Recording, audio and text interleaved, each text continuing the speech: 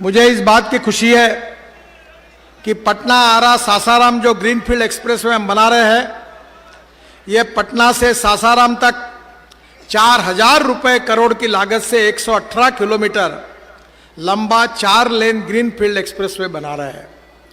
Greenfield का मतलब यह है कि ये पूरा रोड अभी नया बनाएंगे और इससे निश्चित रूप से इस हाईवे से पटना से सासाराम तक 4000 करोड़ का जो हाईवे बनेगा, इससे विकास में एक नई दिशा मिलेगी। इस एक्सप्रेसवे का काम मार्च 2023 तक शुरू हो जाएगा, ये विश्वास भी मैं आपको सबको देता हूँ।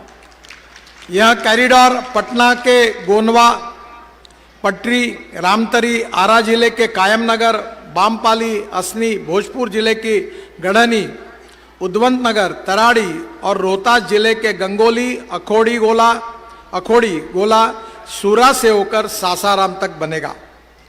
यह कॉरिडोर जो बात की गई है, यह पूर्वांचल एक्सप्रेसवे के रास्ते वाराणसी, प्रयागराज तथा लखनऊ और दिल्ली एवं कलकत्ता के लिए भी एक नई कनेक्टिविटी आप सबको या विशेष रूप से सासाराम जिले के लोगों को मिलेगी।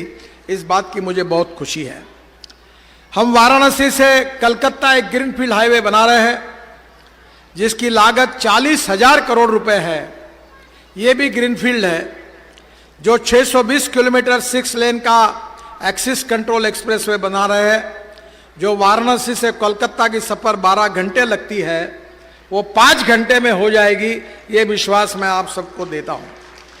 इसमें बिहार में 10,000 करोड़ की लागत से 163 किलोमीटर का कॉरिडोर बनेगा और यह कॉरिडोर उत्तर प्रदेश के चंदौली से शुरू होकर मुगल सराय, बिहार के भभुआ, कैमूर, रोहतास, सासाराम, औरंगाबाद, गया और झारखंड के चतरा, हजारीबाग, रामगढ़, बोकारो तथा पश्चिम बंगाल के पुरुलिया, बांकुरा, पश्चिमी मेदिनीपुर, हुगली होकर हावड़ा जाएगा और इस ग्रीन फील्ड्स पर बनाकर खड़गपुर को भी जोड़ा जाएगा और इसका भी काम सितंबर 2023 तक शुरू हो जाएगा। फिर जो चौथा जो है वो इम्पोर्टेंट है, वाराणसी औरंगाबाद चोरदहा इकोनॉमिक कॉरिडोर।